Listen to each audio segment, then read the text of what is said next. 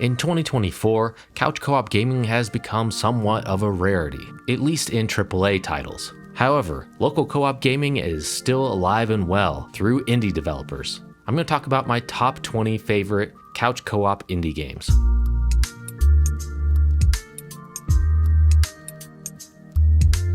Let's start with Castle Crashers. This is the one that really got me back into gaming. For a while, I kind of just took a break. I wasn't seeing a lot of couch co-op games in popular gaming. Just seeing a throwback 2D beat-em-up style game really caught my attention. And I kind of realized I didn't really lose interest in gaming, I just wasn't that interested in the new games that were coming out. So once I started playing Castle Crashers, I got really excited about gaming once again. And I started looking deeper and deeper into the Xbox Live Arcade library, where I found a number of great co-op games by independent developers. Castle Crashers is a great beat-em-up. But what really made it interesting was the 4-player co-op gameplay. Playing this with my brother and my friends back in the day really makes this one of my all-time favorite games.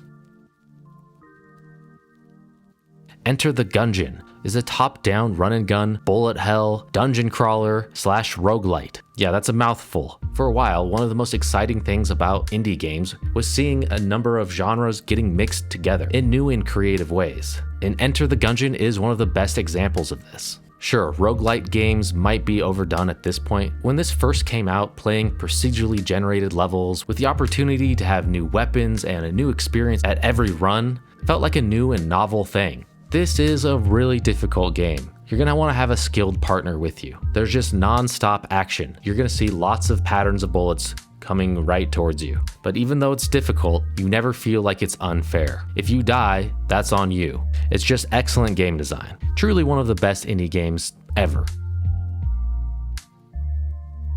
Another standout title in the indie game realm was Shovel Knight, but this one was an homage to 8-bit platformers, specifically Mega Man and DuckTales. However, this one wasn't known as a co-op game at its release. The Wii U port of the game, with the use of the Shovel Knight amiibo, you were able to unlock a 2-player co-op mode, and this works really well. I love the visuals of this game, it has excellent music, and it takes a lot of the best concepts from 8-bit platformers and really refines them and makes them feel fresh. If you haven't played Shovel Knight in co-op, definitely give it a try.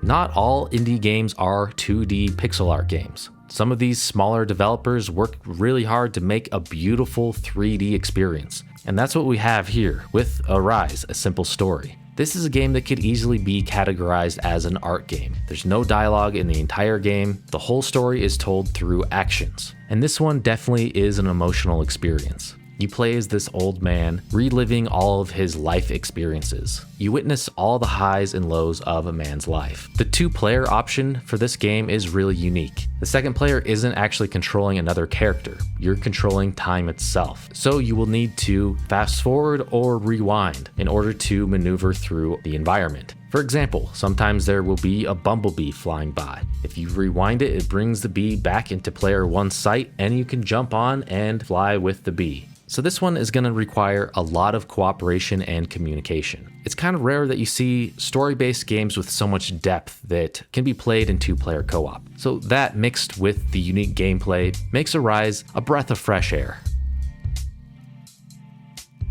The Toejam and Earl games have always been some of my favorites, specifically the original one on Sega Genesis. So when I heard that the series was coming back and being developed by its original designer, Greg Johnson, I was very excited. Toejam and Earl Back in the Groove really does feel like the original Toejam and Earl. It has the same exploration and lighthearted cartoonish fun. I didn't love the art direction when I first saw this, but it did grow on me. One of the main draws to this version of Toejam and Earl is the addition of 4-player co-op, and it still has that great dynamic split screen. So if you're together, you're all on one screen, and then if you separate, it switches to a split screen. I love this, and I just wish that more games would implement this. I'm sure a lot of people know about this game, but I feel like it didn't get the respect that it deserves. If you're a fan of the original Toejam and Earl, you're definitely going to enjoy this one as well.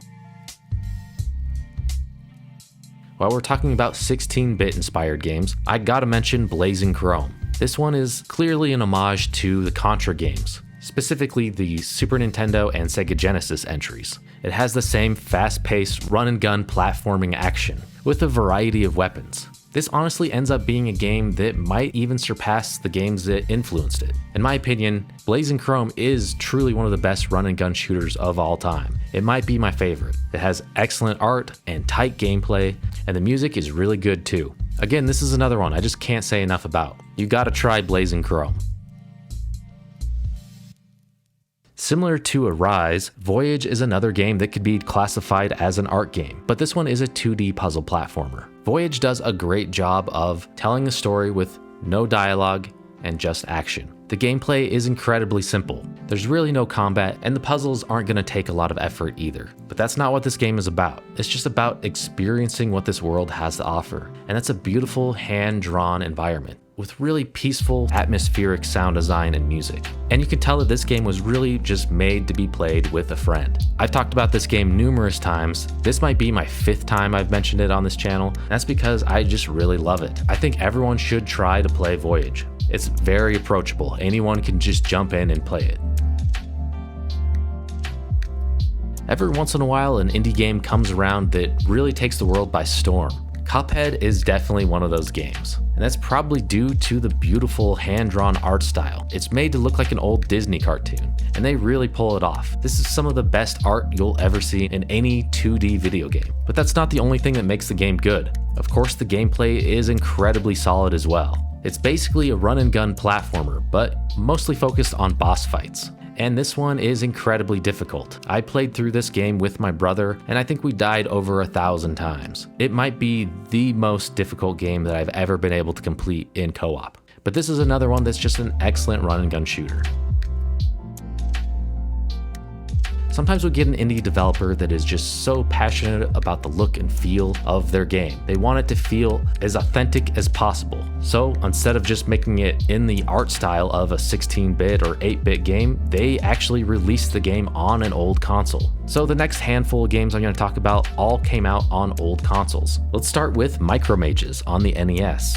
This is a 4-player co-op precision platformer, and the gameplay is very polished. It feels just like a modern indie game. There's big boss fights, great level design, and then of course it's just a really great 4-player experience. This is truly one of the best games to ever come out on the NES. One of my favorite homebrews ever. But one of the best homebrews of all time on any console is Paprium. Despite all the controversy around the release of this game, let's put that aside and just focus on the game itself. It's just a really great, polished game. One of my favorite modern beat 'em ups.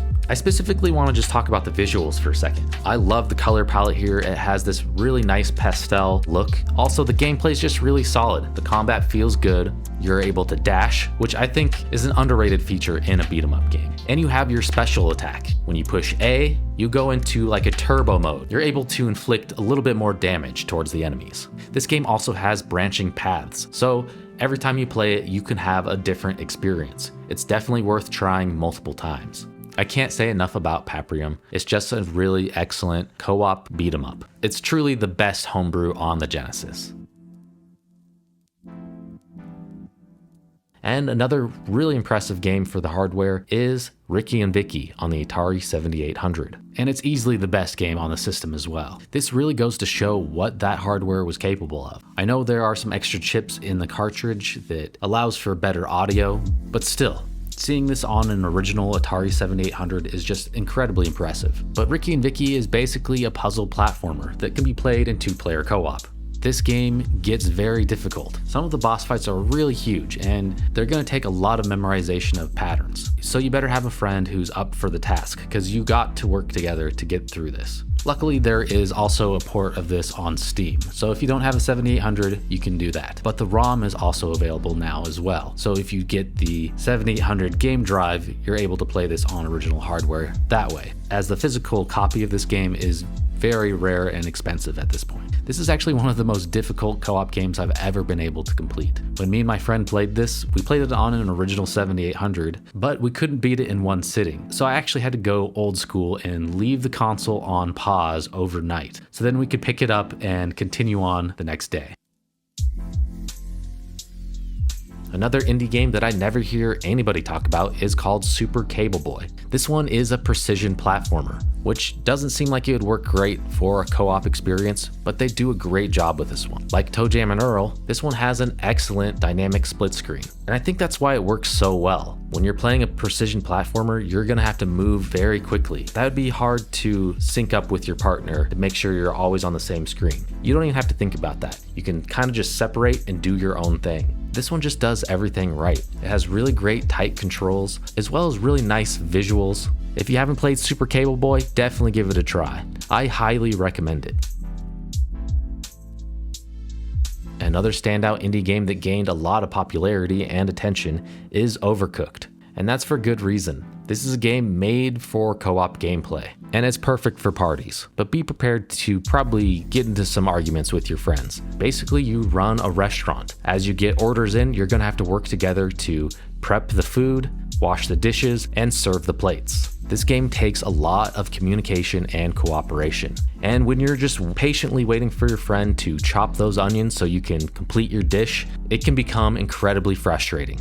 But that's what makes Overcooked great. It's just a really fun, chaotic experience. And the more players you get, the better. I definitely recommend you play it 3-player minimum, but 4-player is optimal. Broforce is another run and gun platformer. This one's just over the top action with huge explosions, and it's all about paying tribute to 80s action stars. And you can play this one with up to 4 players. Every time you die, you start over as a new action hero, and their name is usually some kind of bro pun. This is another one that's really popular, so I'm sure most of you know this one. One of the more recent indie games that I fell in love with was Cassette Beasts. Being a kid that grew up being obsessed with Pokemon, I always wanted to have a co-op experience. And I think Cassette Beast is that experience that I always wanted. This game is clearly influenced by Pokemon in just about every way. It's a turn-based RPG where you capture monsters, and then you train them to battle other monsters. A shameless ripoff of Pokemon, but I don't think it's trying to hide that fact. The whole game is music focused. So instead of actually capturing the Pokemon, you're going to use a tape to record them. As a music focused game, it has a great soundtrack. It's just nice lo-fi beats.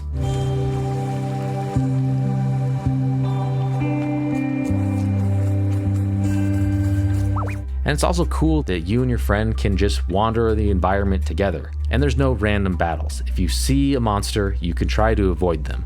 And then once you get into battles, you each take control of your own cassette beast, and you can choose what attacks you want to do in the turn-based battles. I also love the visuals here. It's got that HD pixel art style. Anyway, if you're a fan of Pokemon, definitely try Cassette Beasts. Another game I want to mention is called Pode. This one is a 3D puzzle platformer, and this is another one that's just made for co-op gameplay. You play as a rock and a fallen star, and you have to work together to get through the environment. You each have your own unique abilities, and you're going to need to use them fully to move forward, and oftentimes relying on each other to navigate the environment. This is just a really cute story. You could probably also classify this game as an art game, but it's much more lighthearted than some of the others.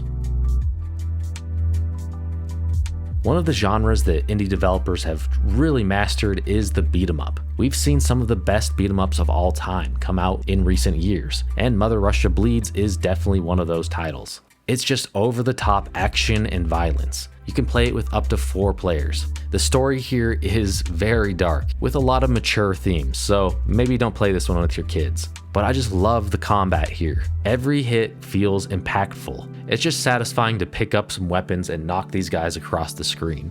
And I really like the pixel art style here. I think people are finally catching on to this game, but for a while I felt like nobody really was talking about it. If you haven't played Mother Russia Bleeds, definitely do so right now, because it's really one of the best beat 'em ups ever made.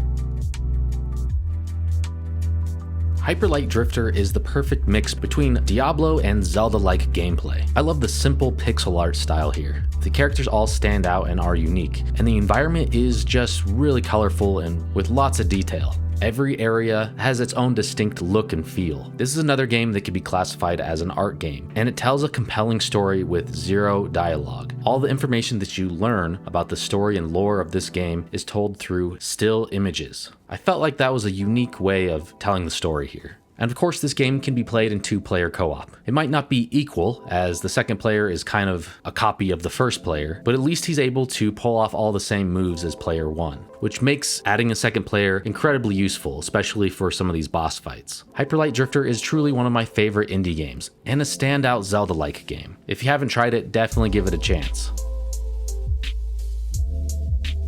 Another breakout title that got a lot of attention for a while is Towerfall Ascension. It's basically a single-screen platformer, and it can be played competitively or cooperatively. This game has pretty much been ported to every modern platform, so you shouldn't have a problem finding it. A lot of people play it competitively, and it's great for parties, as you can play it with up to 4 players, and the Nintendo Switch version even allowed for up to 6 players. But there's also the co-op mode. This one is limited to 2 players though. This is another game that's just very simple, but it goes to show that sometimes gameplay is just timeless. It doesn't need to be too complicated. Just have a fun concept and just really take the time to craft that and make a polished product. That's really what they did here. It's easy to play, but hard to master. And the final game I want to talk about is Infernax. This is a Metroidvania. It originally came out as a single-player game, but eventually they added a DLC called Do or Die, where they added 2-player co-op gameplay. And this isn't just some afterthought. They really built this version around co-op. They even implemented the second player into the story of the game. It feels like a fully equal co-op experience. One of the things I love about the game is that you each have your own abilities and ways of attacking. Serval throws axes in an arched form, so he's better at hitting aerial enemies that are coming at you from above. And Alcidor has his mace, so he's better for close combat attacks. This is definitely an homage to 8-bit style Castlevania, but it adds a lot more depth, not only through the story, but the power-ups. So it actually ends up feeling like a mix between 8-bit Castlevania and Symphony of the Night Castlevania. You can upgrade your weapons, get new weapons, power up all of your stats, get new armor. There's so much that you can do here. The game has a really great soundtrack. I also just love the cutscenes and just the overall brutal, violent nature of the game.